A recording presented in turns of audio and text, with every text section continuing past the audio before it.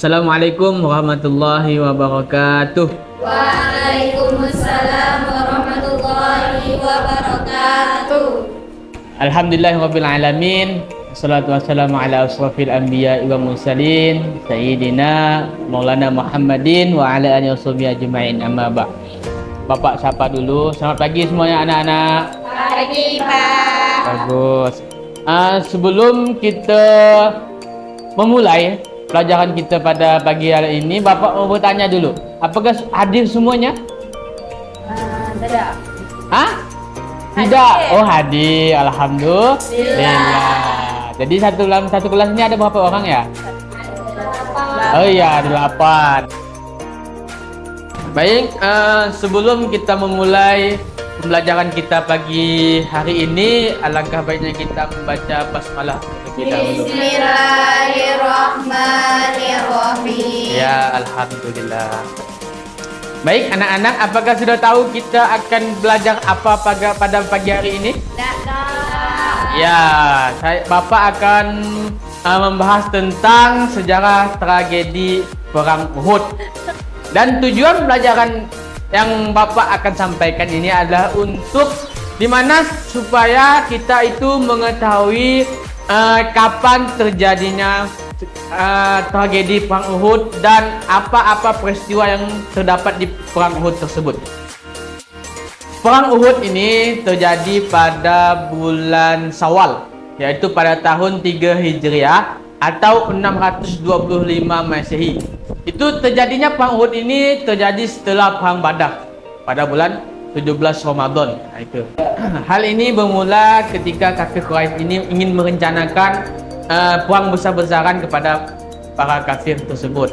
Jadi mereka ini menyiapkan sekitaran 3.000 pasukan beronta, 200 pasukan berkuda dan 700 pasukan orang yang pakai baju besi. Setelah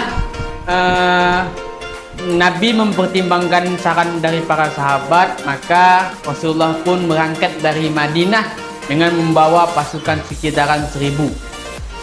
Namun di pertengahan jalan,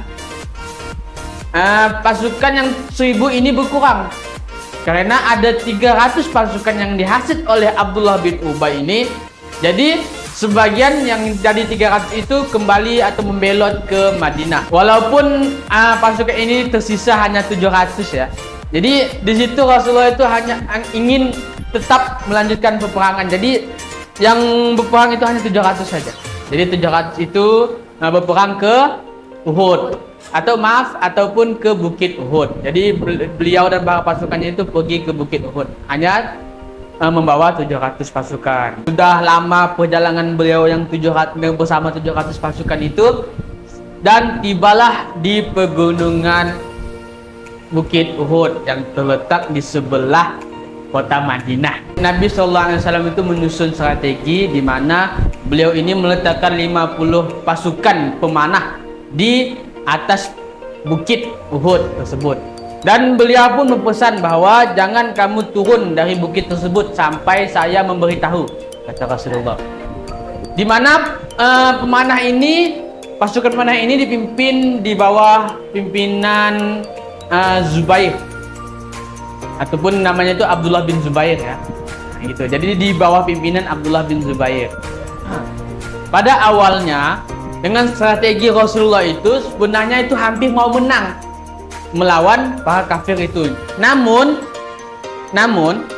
dimana ketika pasukan pemanah ini tergiur dengan harta rampasan dari para kafir ini. Jadi dia pun pasukan yang 50 itu yang di atas dia turun, tidak mematuhi apa yang diperintah oleh Rasulullah. Jadi mereka turun ke bawah. Jadi ketika para kafir itu melihat bahwa 50 pasukan ini turun, jadi kesempatan mereka itu menguasai wilayah tersebut. Jadi disitulah titik kekalahan dari perang Uhud tersebut. Jadi gugurlah pasukan pemanah dan sebagainya. Jadi dalam perang Uhud ini yang meninggal dalam peperangan ini ada 25 orang. Itu dalam suku Quraisy, dan ada 70 Muslim, yaitu syuhada. Di antaranya itu paman Nabi, yaitu Hamzah bin Abdul Muthalib dan Mus'ab bin Umar. Oke, dari penjelasan Bapak, ini apakah ada yang mau bertanya? Sudah mengerti semua, sudah paham semua kan? Luar kepala. Insya Allah paham. Oke, baik. Di sini Bapak akan memberikan tugas kepada anak-anak sekalian. Nah, di sini Bapak akan membagi dua kelompok saja. Ya, dua kelompok. Ya. Sini Bapak akan bagi ya. Ya. Satu, dua, tiga, empat itu satu kelompok. Boleh duduk di sini.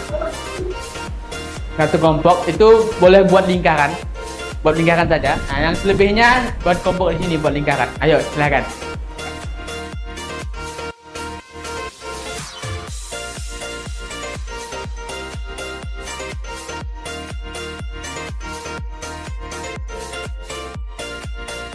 Baik, di sini Bapak akan membagikan sebuah kertas. Gambar, Pak. Ya. Ya, kertas ya. Pak, gambar apa nih, Pak?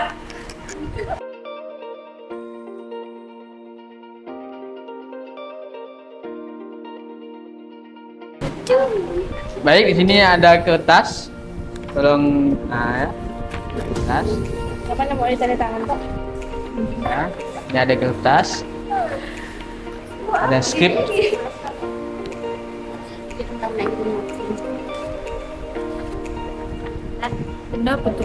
Baik, anak-anak sekalian, apakah sudah tahu apa maksud Bapak itu?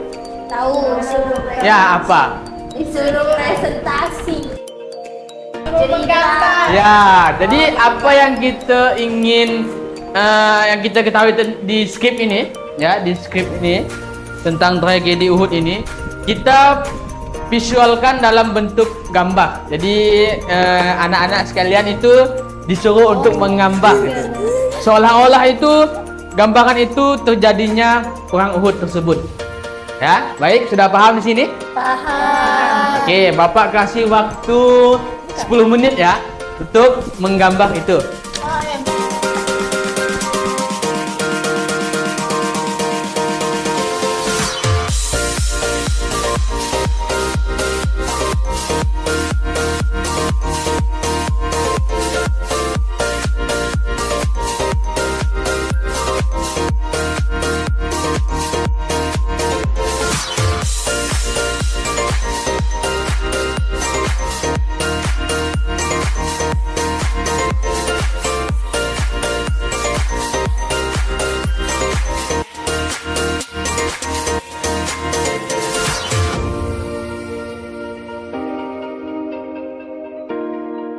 Oke, sudah selesai semuanya kan? Sudah. Nah, di sini Bapak ingin meminta anak-anak sekalian ini maju ke depan. Jadi setiap kelompok itu ada 3 utusan. Ya, jadi kalian akan disuruh untuk mempresentasikan hasil gambar kalian. Ya, apa yang kalian gambar itu yang akan kalian sampaikan. Cuman di situ sistemnya enggak, satu hal tuh enggak semuanya di situ kan. Jadi dibagi. Misalnya si A ini sebagian awal dulu. Jadi yang si B lanjutkan yang ke bawah. Yang C sampai selesai. Ya, paham ya? Paham. Oke, baik. Saya minta dari kelompok 1 dulu. Ya, 1. Siapa mau maju dulu? Oke, baik.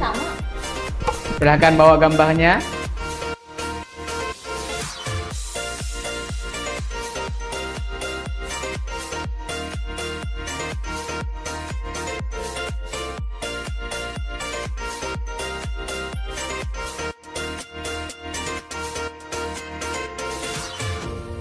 Saya dari kelompok 1 akan mempresentasikan tentang tragedi Uhud.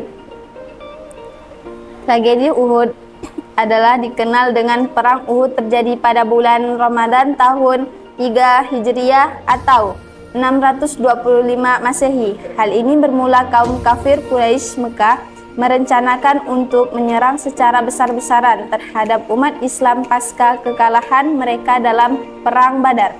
Mereka berangkat menuju Madinah dengan membawa pasukan yang terdiri dari 3.000 pasukan berunta, 200 pasukan berkuda, dan 700 orang berbaju besi di bawah pemimpin Khalid bin Walid. Nabi Muhammad SAW mengetahui rencana itu melalui sepuncak surat dari Abbas bin Abdul Muthalib, pamannya yang sudah menaruh simpati pada Islam. Pada mulanya Nabi SAW, umat Islam bertahan di dalam kota Madinah. Setelah mempertimbangkan saran dari para sahabat, Nabi SAW memutuskan untuk keluar ke kota Madinah. Kemudian Nabi SAW berangkat dengan 1.000 berunta. Sekian dari saya. Wassalamualaikum warahmatullahi wabarakatuh. Waalaikumsalam. Baik, saya akan menyampaikan dan melanjutkan hasil dari kawan saya. Menyusun strategi perang, pasukan ditempatkan di belakang bukit dengan dilindungi oleh 50 pemanah mahir di bawah pimpinan Abdullah bin Zubair yang ditempatkan di lereng bukit yang cukup tinggi. Mereka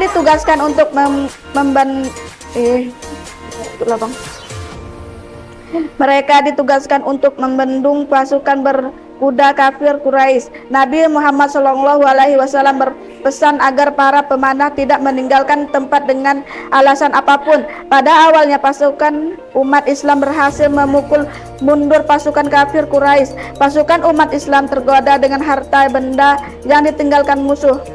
Oke, baik, dilanjutkan dengan kawannya.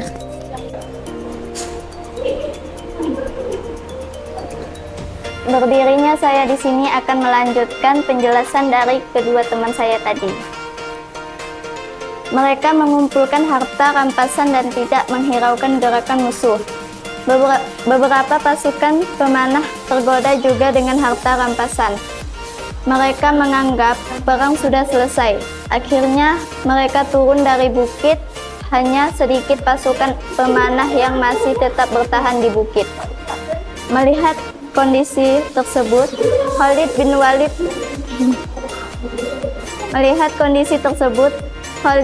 bin Walid, pimpinan pasukan berkuda Quraisy, berputar haluan untuk kembali menyerang sampai akhirnya berhasil melumpuhkan pasukan pemanah Islam. Satu persatu pasukan Muslim berguguran. Nabi SAW sendiri mendapatkan luka cukup berat. Umat Islam terselamatkan dengan berita terbunuhnya Nabi Muhammad SAW. Berita itu membuat pasukan kafir Quraisy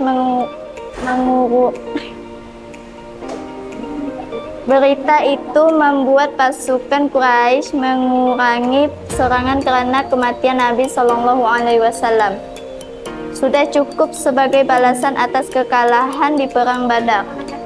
Dalam perang Uhud, tentara Quraisy terbunuh ada 25 orang. Sementara pasukan Muslim ada 70 orang syuhada. Di antaranya paman Nabi SAW, Hamzah bin Abdul Muthalib dan Mus'ab bin Umar, dai pertama Islam. Ya, baik. Sekian, terima kasih. Oke. Ya, kita kasih A+ untuk kelompok 1. Ini hasil gambarnya ya. Ini hasil gambar dari kelompok 1. Boleh dilihat. Ini pasukan pemanahnya yang tadi di belakang bukit atau di atas bukit. Nah, ini dari kafir Quraisy. Ini. Nah, ini yang ketika dia tergiur dengan harta rampasannya. Nah, di sini dia. Jadi dia yang di atas ini turun ke bawah. Ingin mengambil harta rampasannya. Oke, cukup baik, bagus sekali. Kita tanggal ya, lepaskan ya. Oke, kelompok 1 sudah selesai mempresentasikan. Kita lanjut pada kelompok 2 ya. Nah, saya mau yang pertama kali maju, silakan.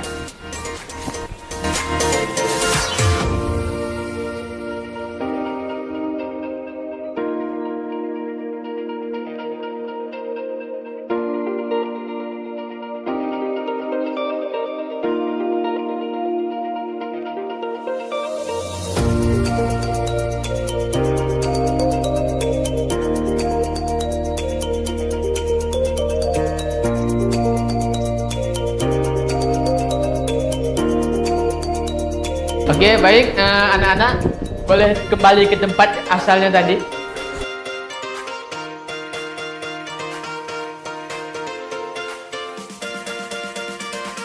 Dua kelompok tersebut, Bapak mau salah satu dari kelompok itu menyimpulkan materi kita pada pagi hari ini. Ya, saya minta kakak yang ini. Nah, boleh setidaknya maju ke depan untuk menyimpulkan dari materi ini gitu. Kakak. Dari penjelasan teman-teman saya tadi dapat kita simpulkan bahwa kita harus menaati perintah pemimpin kita, karena jika kita menaati suatu perintah pemimpin kita akan menghasilkan sebuah kesuksesan dan melancarkan segala tujuan yang ingin kita capai. Kita kasih A+.